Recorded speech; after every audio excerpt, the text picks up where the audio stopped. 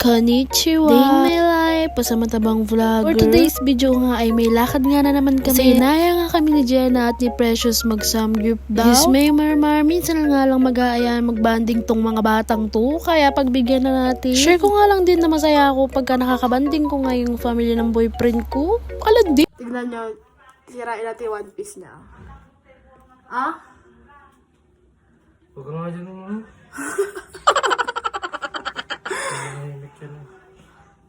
Ah? Ano pangalan na to? Huwag mo na ano, tapos na. Sino to ba? Chopper yan. Eto. Huwag mo na galawin yan, hindi matibay yan. Hindi yun na. Inaya lang ako ni... Ayan, naka-vlog ka, oh. Tapos ibablog mo na naman yung samgyup ay sasakalin na kita mangga, hindi ayoko nang manood. Kakakain lang namin ng mangga. Oo, napanood ko na, nanood ko na. Lahat na napapanood ko. Vlog ka ng vlog ng mangga. Sabi ko kay Rico eh. Nakikita ko. Ay Rico, namimitas na naman ng mangga si Patricia. Naglilihin na. Ay, nay! Yung binigay mo sa amin na chili, ay naubos na namin yung isa, ang sarap. Eto nga't paalis na nga kami, papunta na nga doon sa Samjian at fast forward nga ay nandito na naman kami sa GDC Samgyup Salan dito sa Licarte. Yes, may marmar. Ito nga na naman yung person, lalaman na naman. Ayan nga ang mga kasama ko ay ang bunsong kapatid ng boyfriend ko na si Jenna at nag-iisa niyang pamangkin nga na si Precious. Yes, apat lang kami, nag-iya magbanding ang mga abab. Di ko lang alam, pero masaya talaga ako pagka gantong nagbabanding ang mga person. Yes ko, pagka ngayon dalawa yung kasama mo, yung isa nga OA, tapos yung isa nonchalant. Tapos yung boyfriend ko, sobrang OA niyan. Diyos me, tapos ako din, sobrang OA na. Hala! Ko nga lang dati nung mga bata-bata pa nga ako, hindi nga ako nakakatigim ng gento. Kasi hindi perman din kasi uso yung gento dati. Yun nga sobrang dami ng samgyup salan dito sa lugar namin. Pero dito lang talaga kami madalas kumain kasi ito nga yung mas malapit sa amin. Aminin nyo nga na hindi uso yung samjihan dito dati. Balik na nga tayo dito kay Bunso. Flex niya daw yung nails niya. Sound check. Ay.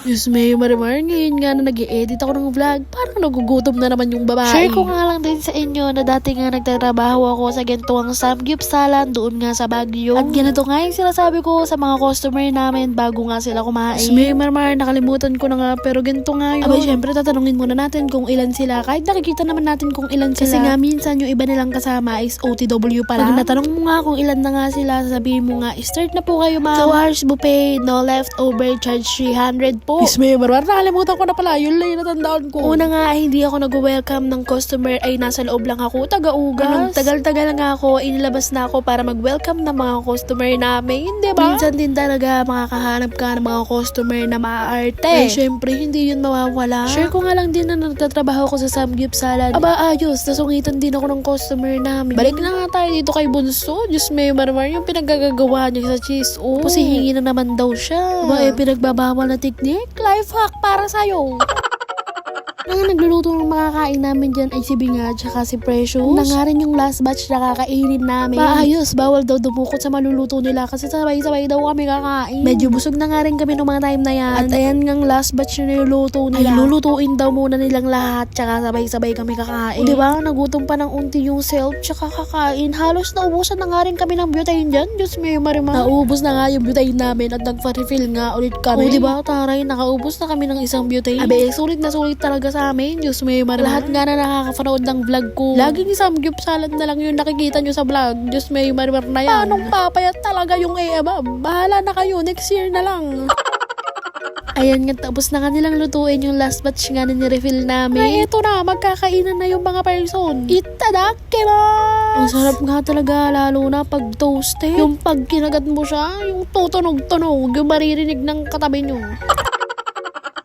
Bago nga matapos yung vlog na to, gusto ko nga magpasalamat sa walang sawang mga nagsishare ng mga vlog ko. May paraffol man o wala, nagsishare sila ng vlog ko. At yan talaga yung mga tinatawag natin na loyal sharer, mga bakla. Thank you so much po. Meron na naman isang technique tong yung pamangkin ni Ray. Huwag na po kayo mag-ala, isa lang po yun. Pasensya na po, hindi na po talaga namin kinaya.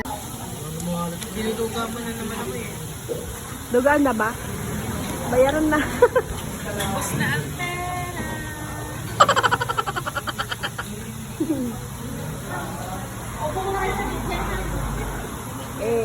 Uwi na tayo? Takbo. Eto na nga at pauwi na nga yung mga person and fast forward nga ay nandito na nga kami sa bahay. Ano warawan daw yun ng bilis, diba? Thank you so much po sa inyong lahat. Bye-bye!